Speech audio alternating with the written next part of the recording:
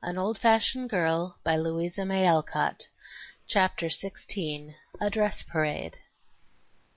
The weeks that followed taught the Shaws, as many other families have been taught, how rapidly riches take to themselves wings and fly away when once they begin to go. Mr. Shaw carried out his plans with an energy and patience that worked wonders, and touched the hearts of his hardest creditors. The big house was given up as soon as possible, and the little house taken, being made comfortable with the furniture Madam left there when she went to live with her son. The old-fashioned things had been let with the house, and now seemed almost like a gift from Grandma, doubly precious in these troublous times. At the auction several persons tried to show the family that, though they had lost their fortune, friends still remained, for one bid on Fanny's piano and sent it to her, another secured certain luxurious articles for Mrs. Shaw's comfort, and a third saved such of Mr. Shaw's books as he valued most, for he had kept his word and given up everything with the most punctilious integrity. So the little house was not bare, but made pleasant to their eyes by these waifs from the wreck, brought them by the tide of sympathy and goodwill which soon set in. Everyone who knew them hastened to call, many from a real regard, but more from mere curiosity to see how they took it. This was one of the hardest things they had to bear, and Tom used strong language more than once when some fine lady came to condole and went away to gossip. Polly's hopes of Mrs. Shaw were disappointed, for misfortune did not have a bracing effect. She took to her bed at once, received her friends in tears and a point-lace cap, and cheered her family by plaintively inquiring when she was to be taken to the almshouse. This was hard for Fanny, but after an interval of despair she came to the conclusion that under the circumstances it was the best thing her mother could have done, and with something of her father's energy Fanny shouldered the new burden, feeling that at last necessity had given her what she had long needed, something to do. The poor girl knew as much of household affairs as Snip, but pride and the resolution to stand by father kept up her courage, and she worked away with feverish activity at whatever task came first, till, just as strength and heart were about to fail, order began to emerge from chaos, and the vision of a home made happy and comfortable by her skill and care came to repay and sustain her.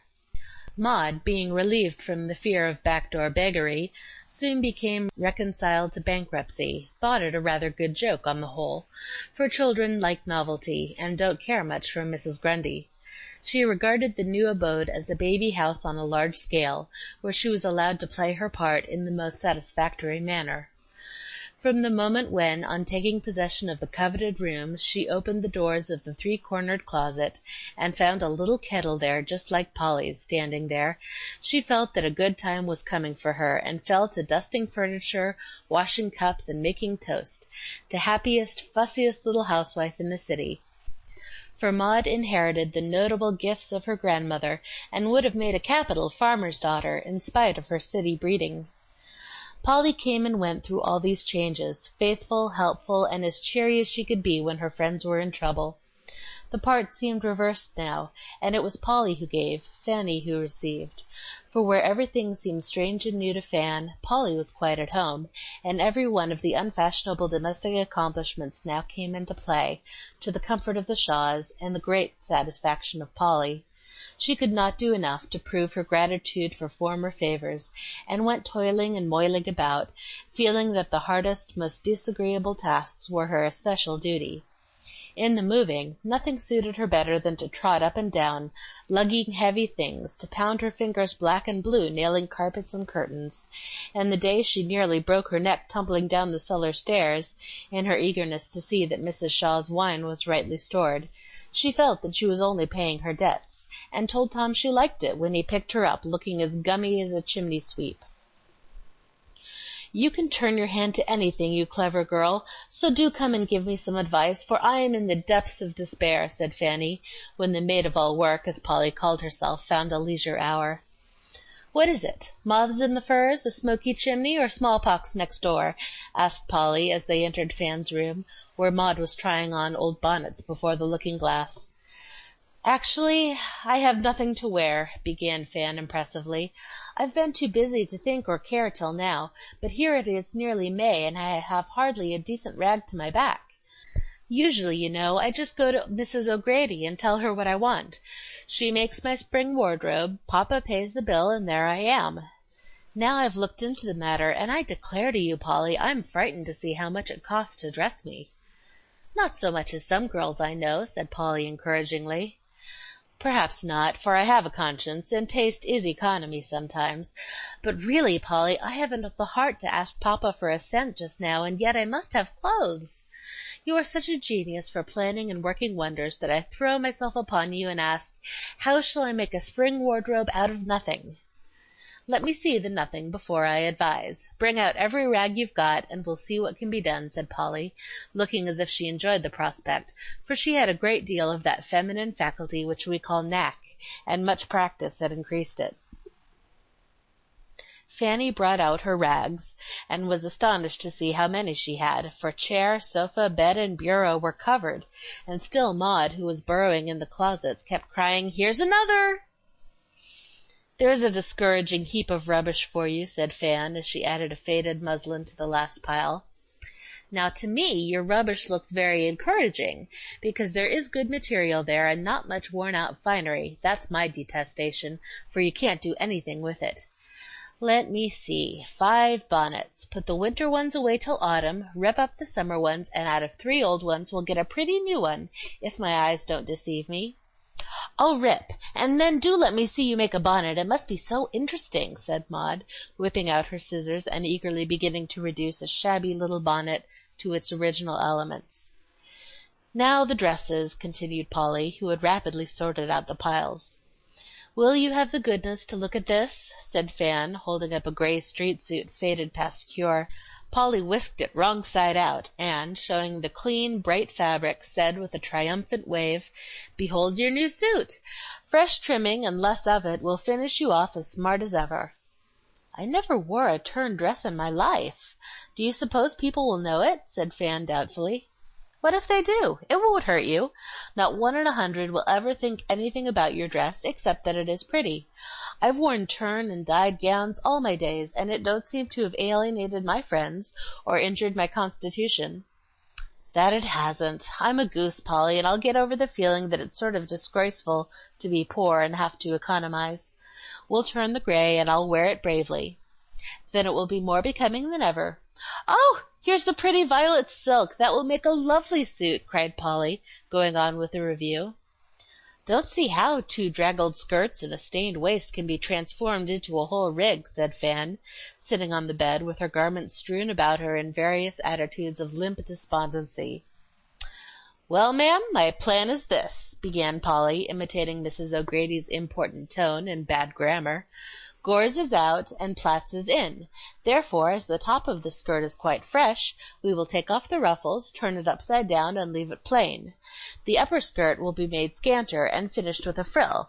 Then the waist can be refreshed with the best parts of these wide flounces, and out of those new bits we will concoct a hat. The black lace mott is just taken off the green one will do to edge the violet, and with your nice silk mantilla you're complete, don't you see?" "I don't quite see it yet, but I have firm faith that I shall in time, and consider my calling costume finished," said Fanny, getting more and more interested as she saw her condemned wardrobe coming out fresh again under Polly's magic knack. "There are 2. Then that piqué is all right, if you cut the tail off the jacket and change the trimming a bit. The muslins only need mending and doing up to look as well as ever. You ought not to put them away torn and soiled, my child. The 2 black silks will be good stand-bys for years. If I were you, I'd have a couple of neat, pretty prints for home wear, and then I don't see why you aren't fixed well enough for our short season." "Can't I do anything with this barège? It's one of my favorite dresses, and I hate to give it up." "You wore that thoroughly out, and it's only fit for the rag bag. Yes, it was very pretty and becoming, I remember, but its day is over." Fanny let the dress lie in her lap a minute as she absently picked at the fringe, smiling to herself over the happy time when she wore it last, and Sidney said she only needed cowslips in her lap to look like spring. Presently she folded up and put it away with a sigh, but it never went into the rag bag, and my sentimental readers can understand what saved it. "The ball dresses had better be put nicely away till next year," began Polly, coming to a rainbow-colored heap. My day is over. I shall never use them again. Do what you like with them, said Fan calmly. Do you ever sell your cast-off finery, as many ladies do? Asked Polly. Never. I don't like the fashion. I give it away, or let Maud have it for tableaux. I wonder if you would mind my telling you something Belle proposed. If it's an offer to buy my clothes, I should mind, answered Fanny sharply. Then I won't. And Polly retired behind a cloud of arsenic green gauze, which made her look as if she had the cholera. If she wanted to buy that horrid new gooseberry-colored gown, as Tom calls it, I'd let her have it cheap, put in Maud, who was of a practical turn. Does she want it, Polly? Asked Fan, whose curiosity got the better of her pride. Well, she merely asked me if I thought you'd be mortally offended if she offered to take it off your hands, as you had never worn it. You don't like it, and in another season it will be all out of fashion, said Polly from her verdant retreat. What did you say? I saw she meant it kindly, so I said I'd ask. Now between ourselves, Fan, the price of that dress would give you all you'll want for your spring fixings. That's one consideration. Then here's another, which may have some weight with you, added Polly slyly. Trix told Belle she was going to ask you for the dress, as you wouldn't care to wear it now. That made Belle fire up and say it was a mean thing to do without offering some return for a costly thing like that. And then Belle said, in her blunt way, I'll give Fan all she paid for it, and more too, if it will be any help to her. I don't care for the dress, but I'd like to slip a little money into her pocket, for I know she needs it, and is too good to ask dear Mr. Shaw for anything she can get on without. Did she say that? I'll give her the dress and not take a penny for it, cried Fan, flushing up with mingled anger toward Trix and gratitude to Belle. That won't suit her. You let me manage it, and don't feel any shame or anxiety about it. You did many a kind and generous thing for Belle when you had the power, and you liked to do it. Now let her pay her debts, and have the same pleasure. If she looks at it in that way, it makes a difference. Perhaps I'd better. The money would be an immense help, only I don't quite like to take it. Kings and queens sell their jewels when times are hard or they get turned off their thrones, and no one thinks it anything amiss, so why need you? It's just a little transaction between two friends who exchange things they don't want for things which they do, and I'd do it if I were you. We'll see about it, said Fan, privately resolving to take Polly's advice. If I had lots of things like Fan, I'd have an auction and get all I could for them. Why don't you? Asked Maud, beginning on her third bonnet. We will, said Polly, and mounting a chair, she put up, bid in, and knocked down Fan's entire wardrobe to an imaginary group of friends, with such droll imitations of each one that the room rang with laughter. That's enough nonsense. Now we'll return to business, said Polly, descending, breathless but satisfied with the effect of her fun. These white muslins and pretty silks will keep for years, so I should lay them by till they are needed. It will save buying, and you can go to your stock any time and make over what you want. That's the way Mother does. We've always had things sent us from richer friends, and whatever wasn't proper for us to wear at the time, Mother put away to be used when we needed it. Such funny bundles as we used to have sometimes, odd shoes, bonnets without crowns, stockings without heels or toes, and old finery of all sorts. We used to rush when a bundle came and sit round while Mother opened it. The boys always made fun of the things, though they were as grateful, really, as any of us.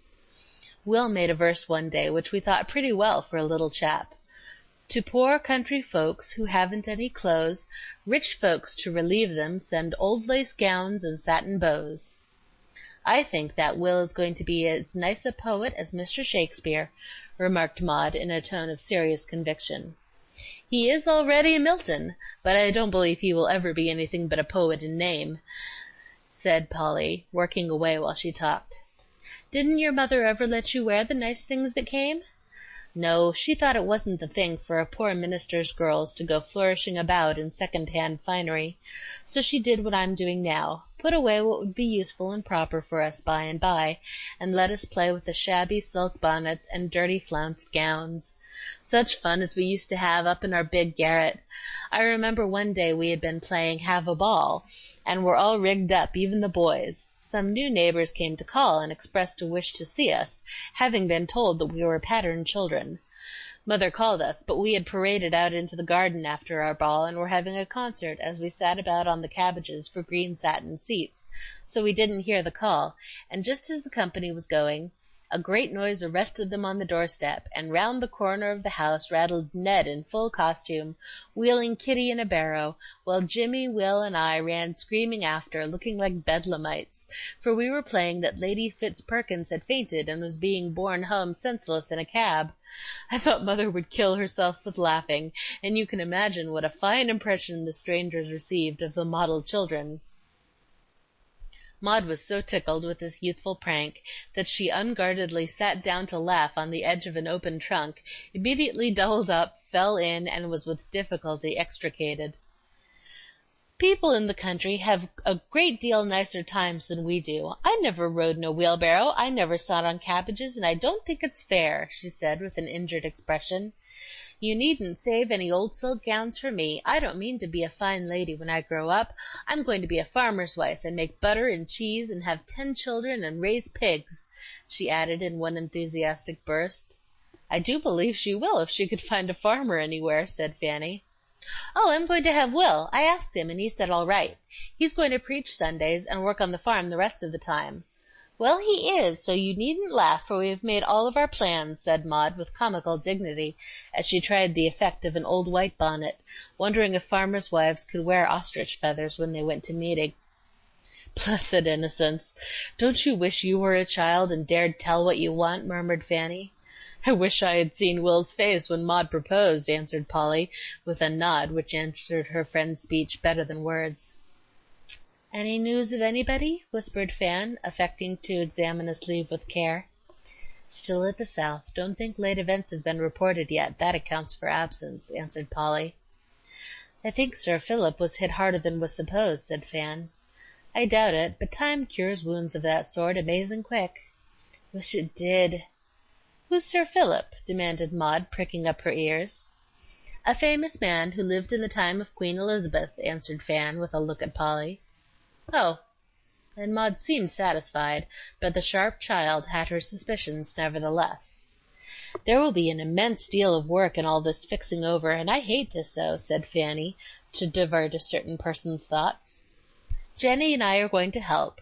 We are your debtors as well as Belle, and demand the privilege of paying up. Blessings, like curses, come home to roost, Fan.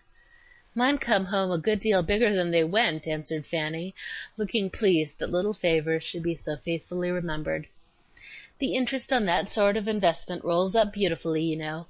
Now rip up that dress for Jenny to put in order, and I'll toss you up a bonnet in less than no time, said Polly, determined to have things go smoothly, for she knew Fan's feelings had been a good deal tried lately in many ways. I must have something to match my dress, and blue inside, said Fanny, bringing out her ribbon boxes.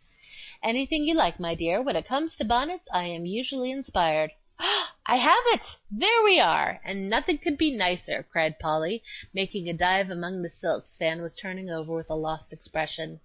This bit of silver gray is all I ask. Here's enough for a killing bonnet, and those forget-me-nots are both pretty and appropriate. You wretch, be still, cried Fanny, as Polly looked up at her with a wicked laugh in her eyes.